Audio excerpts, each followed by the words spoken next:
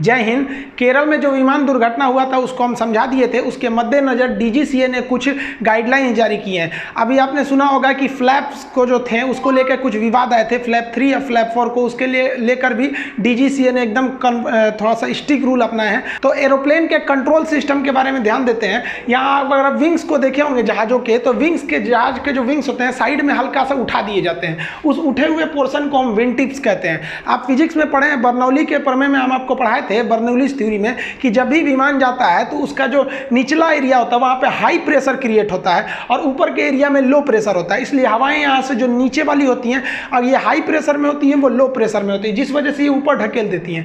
लेकिन अगर विमान को ऐसे रखिएगा, एकदम सीधा रख दीजिएगा, तो ये हाई प्रेशर से हवाएं यहाँ लो प्रेशर की ओर आ जाएंगी और यहाँ एक चक्रवात टाइप का बन जाएगा। इसीलिए क्या किया गया, इसको हल्का सा उठा दिया गया। उठा देने से नीचे की हाई प्रेशर हवाएं ऊपर चली जाती हैं, न कि ऐसे लपट होके इसके ऊपर चली जाती हैं। वरना अगर ये नहीं रहता तो यहाँ नीचे से जो हवाएं थी वो ऊपर चली जाती, जिस वजह से यहाँ एक बवंडर टाइप का बन जाता और जहाज डिसबैलेंस होती और एक खामखा में एयर का ड्रैग उत्पन्न होता है, इंजन पे एक्स्ट्रा लोड पड़ता। जहाज का जो विंग्स होता है उसके सबसे लास्ट पार्ट में जो होता है वहां पर आपको एलिरोन मिलेगा। ये एलिरोन्स क्या होते हैं सब, ये बहुत महत्वपूर्ण भूमिका निभाते हैं जहाज को रोल करने में। रोल का मतलब होता है इस वहीं पे जहाज ऐसे हल्का सा जहाज में बैठिएगा ना तो कभी रोल करेगा तो आपका सीट ऐसे झुक जाएगा, ऐसे झुकेगा ना तो नीचे की जमीन दिखेगी, इधर के वाला आसमान दिखेगा, इधर का कोई जमीन वगैरह नहीं दिखता है। तो इस घटना को कहते हैं रोल कराना। इस रोल कराने के लिए जहाजों का एकदम साइड का पोर्शन ये जो होता है, ये एलिरोन्स, ये महत्वपूर्ण होता है। इस एलिरोन्स की मदद से आप यहाँ देखिए जहाज हल्का सा बैंड हो गया, देखिए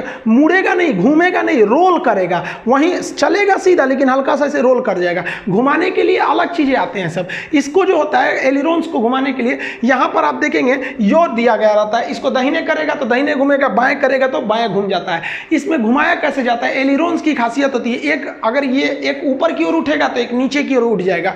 जिधर घुमाना है अगर आप इसको बाएं करिएगा तो बाएं साइड का एलिरोन ऊपर उठ जाएगा। ऊपर उठने से हवाएं उस पर ढकेलने लगेगी तो इधर का पोर्शन स्लो हो जाएगा, इधर का पोर्शन थोड़ा सा फास्ट होने लगता है। तो ये योग द्वारा कंट्रोल किया जाता है एलिरोन्स को। देखिए जहाज का जो अगला हिस्सा होता है उस पर लोड ज्यादा होता है, पिछला हिस्सा पे कम लोड होता है, आगे में इंजन वगैरह होते हैं, इस वजह से जहाज आगे गिर जाएगा, उसका थुथुर ना नीचे गिर जाएगा। इसलिए पायलट जो होता है इस योग द्वारा उसको उठा के रखता है। अब आप बताइए, पायलट मान लीजिए 1 घंटे की फ्लाइट जा रहा है, 1 घंटा तक इसे खींच के रखेगा कि उठा रहा है ना तो उसका नोज डाउन हो जाएगा, थुथुर नीचे गिर जाएगा।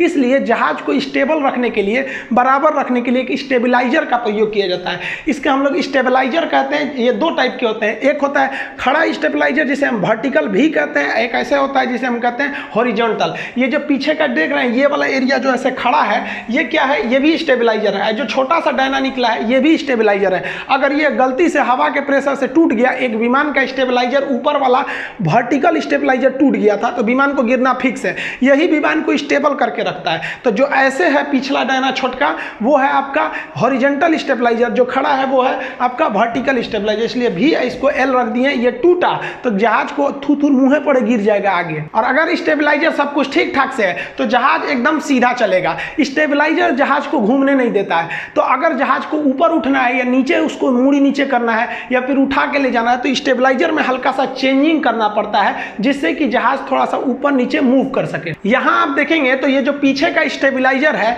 तो ये जो हॉरिजॉन्टल स्टेबलाइजर है इस तरह से, उसका पिछला भाग रेड है और जो वर्टिकल स्टेबलाइजर है खड़ा, उसका पिछला भाग ब्लू है। इसको एक एक करके समझते हैं। हॉरिजॉन्टल स्टेबलाइजर जो होता है उसका पिछले भाग को हम एलिवेटर कहते हैं, जहां इसको रेड कलर से दिखाया गया एलिवेटर। ये जहाज को उठाने या डाउन करने के काम में आता है, जिसे हम टेक्निकल भाषा में पिच कहते हैं। इसको उठाने के लिए इसी योग का प्रयोग करते हैं। देखिए घुमाने के लिए दाहिने बाएं करते हैं, वो एलिरोन कर देता है। और अगर उठाना है तो इस योग को पीछे खींचिएगा, जैसे पीछे खींचेंगे तो ये जो स्टेबलाइजर है, हॉरिजॉन्टल स्टेबलाइजर, उसमें जो लगा हुआ रेड कलर का ये जो एलिवेटर है वो ऊपर उठ जाएगा। ऊपर उठने से जहाज इस तरह से ऊपर जाएगा। और अगर जहाज का नोज डाउन करना है, इस तरह से नीचे लाना है, तो इस ये जो योग देख रहे हैं, ये जो आप ऐसे ये वाला जो हैंडल टाइप का होता है जहाज में, इसको अगर आप नीचे करिएगा तो ये जो पीछे का जो एलिवेटर है जो इस हॉरिजॉन्टल स्टेबलाइजर में लगा हुआ है वो नीचे आ जाएगा। नीचे आएगा तो जहाज ऐसे नीचे हो जाएगा। तो जहाज को पिच देने के लिए, नीचे या ऊपर करने के लिए हम लोग एलिवेटर का प्रयोग करते हैं। और ऐसे ऐसे जहाज को रोल कराने के लिए हम लोग एलिरोन का प्रयोग करते हैं। अब बात आ गया, रोल तो हो गया, समझ में आ गया, ऊपर नीचे हो गया। अब दाहिने बाएं तब कैसे करेंगे, तो दाहिने बाएं करने के लिए भी इसी स्टेबलाइजर के ऊपर वाले हिस्सा का प्रयोग करते हैं वर्टिकल स्टेबलाइजर का पिछला भाग को हम लोग रूडर कहते हैं। ये जो वर्टिकल स्टेबलाइजर का ब्लू वाला भाग रोडर है, इसको कंट्रोल करने के लिए पैर के पास पैडल्स दिए जाते हैं, जिसे रूडर्स पैडल कहते हैं। ये रूडर्स क्या होते हैं, जहाज को ये एकदम मान लीजिए यॉ करा देते हैं, मतलब एंगल से घुमा देते हैं, दाहिने या बाएं करा देते हैं। और जो एलिरोन्स था वो रोल करा रहा था, ये दाहिने बाएं इस तरह से लेके चला जाता है, जिसे यॉ एंगल कहते हैं। ये पैडल्स के द्वारा होता है, दाहिने ले जाना है तो दाहिना पैडल दबाते हैं, बाएं ले जाना है तो बायां पैडल दबाते हैं। तो जहाज जो होता है उसमें ये रडर्स, एलिवेटर और ये येलो कलर वाला जो एलिरोन्स है, इसे हम प्राइमरी कंट्रोल कहते हैं। ये बहुत जरूरी है, नहीं तो जहाज ही उलट जाएगा। अब इसके अलावा कुछ सेकेंडरी कंट्रोल आते हैं जो स्पीड को कंट्रोल करने में मदद करते हैं। देखिए, हवा में उड़ रहे जहाज का स्पीड कम करना है तो कैसे कम करिएगा, तो हवा में उड़ रहे जहाज के स्पीड को कम करने के लिए स्पॉइलर का प्रयोग करते हैं। स्पॉइलर एक ब्लेड नुमा आकृति होती है जो विंग्स के ऊपर की ओर खुल सकती है। यहाँ आप देख रहे हैं ये वाला पार्ट जो है स्पॉइलर है, ये नीचे नहीं जा सकता, ऊपर ही खुलता है। ये स्पॉइलर ये क्या करता है, रिड्यूस कर देता है, स्पीड को भी रिड्यूस करेगा। ये लिफ्ट यानी जहाज के मतलब लिफ्ट जो होता है ना, एयर लिफ्ट, उसकी क्षमता घटा देता है और इस जो हाइट है उसको भी घटा देता है। देखिए, जब जहाज हवा में उड़ रहा होता है तो ये स्पॉइलर को बहुत कम उठाया जाता है, लेकिन जब ये लैंडिंग करने के लिए रनवे पर आ जाता है तो इसको पूरा मैक्सिमम एंगल पर उठा दिया जाता है। इसके प्रिंसिपल को आप सिंपल समझ सकते हैं। आप कार में बैठिएगा और अपना हाथ इस तरह से निकाल लीजिएगा तो आपके हाथ के ऊपर हवाओं का प्रेशर उतना नहीं पड़ेगा, लेकिन जैसे ही आप हाथ को इस तरह से कर लीजिएगा, इस तरह से, तो हवाओं का प्रेशर पड़ने लगेगा और आप अपनी स्पीड को घटाने लगेंगे, कार के इंजन पर एक्स्ट्रा लोड पड़ने लगेगा। तो यही काम जो करता है, जैसे आप अपने हाथ पर इतना झटका महसूस कर सकते हैं, इतना छोटा हाथ पे, तो सोचिए जहाज का तो एरिया बहुत बड़ा होता है, उतना ड्रैग उत्पन्न करेगा तो इसका स्पीड घट जाता है। ये स्पॉइलर बहुत मदद करते हैं जहाज की स्पीड को रोकने में। जहाज दुर्घटना में एक बहुत बड़ी घटना हो जाती है, स्टॉल कर जाना। जहाज स्टॉल कैसे कर जाता है, अगर जहाज इस तरह से उड़ रहा है और एंगल ज्यादा हो गया ना, तो हवाओं का प्रेशर इस पर इतना मार देगा ना कि जहाज का भी इंजन काम करना छोड़ देगा। अब ये पूरी तरह से गिर के स्टॉल हो जाएगा। तो एंगल ऑफ अटैक को कम करने के लिए स्लेट लगा दिया जाता है। स्लेट क्या होता है, विंग्स के अगले भाग पर लगाए जाते हैं। ये विंग्स है तो यहाँ देखेंगे अगले भाग पर ये थोड़ा सा ऊपर नीचे फ्लक्चुएट कर सकता है, हल्का सा ये करता है। यहाँ हम बना दे रहे हैं, ये जो होता है ये वाला हिस्सा स्लेट होता है। यहाँ आप देख रहे होंगे ये हल्का सा नीचे हो गया है।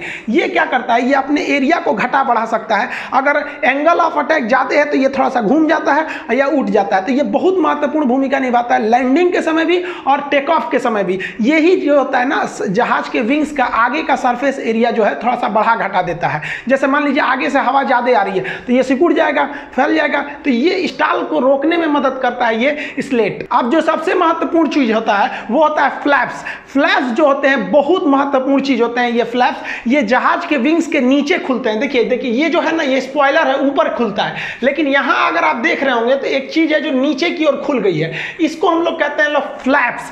ये एंगल पर झुकती है, थोड़ा सा खोलना है या ज्यादा खोलना है, ये मैक्सिमम 40 डिग्री के फ्लैप्स पर जा सकती है, जिसे हम लोग फ्लैप 4 कहते हैं। तो ये फ्लैप हो सकता है 4 तक में फ्लैप्स होता है। ये क्या करता है फ्लैप्स, ये बहुत हाई लिफ्ट पैदा करता है, जहाज को लिफ्ट बहुत ज्यादा पैदा करता है, कम ही स्पीड में लिफ्ट पैदा कर देता है। इसलिए इसका प्रयोग हम लोग टेक ऑफ के समय करते हैं, जहाज आराम से उड़ जाए, और लैंडिंग के समय करते हैं। लेकिन एक चीज ध्यान रखते हैं, जब उड़ना रहता है तो जो फ्लैप्स होते हैं, ये नीचे की ओर खुलने वाले फ्लैप्स, इसको बहुत कम खोला जाता है, नहीं तो उड़िए नहीं पाएगा। और जब लैंडिंग किया जाता है तो इस फ्लैप्स को मैक्सिमम नीचे की ओर गिरा दिया जाता है, ताकि देखिए ऊपर का जो स्पॉइलर है वो हवा को रोक ही रहा है, और नीचे इसको कर दीजिए पूरा हवा को एकदम रोक देगा, और ये लैंडिंग करने में बहुत महत्वपूर्ण भूमिका निभाता है। ये फ्लैप्स अगर अच्छा से नहीं खुले रहेंगे तो लैंडिंग, क्रॉस लैंडिंग हो सकती है, दुर्घटना हो सकता है।